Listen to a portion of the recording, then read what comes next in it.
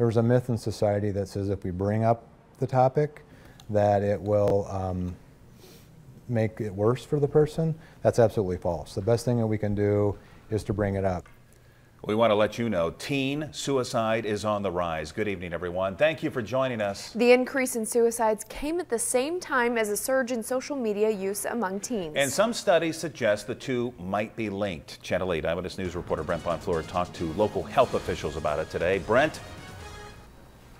Rod, Megan, social media is where many of us go to feel connected, but there's a growing concern that it's having the opposite effect on some of its primary users, teenagers.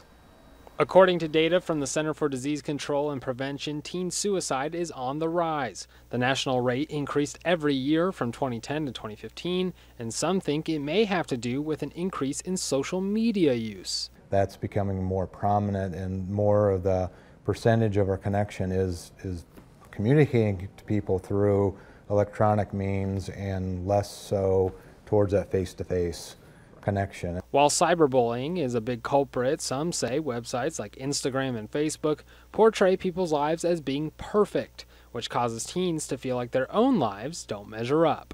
And with suicide ranking as the second leading cause of death in 15 to 24-year-olds, David Myers with Bryan Health says the biggest problem is that teens don't feel connected to their community. Social media can be a helpful thing in certain ways because, I mean, you feel connected maybe through that way, but it's different than that personal connection.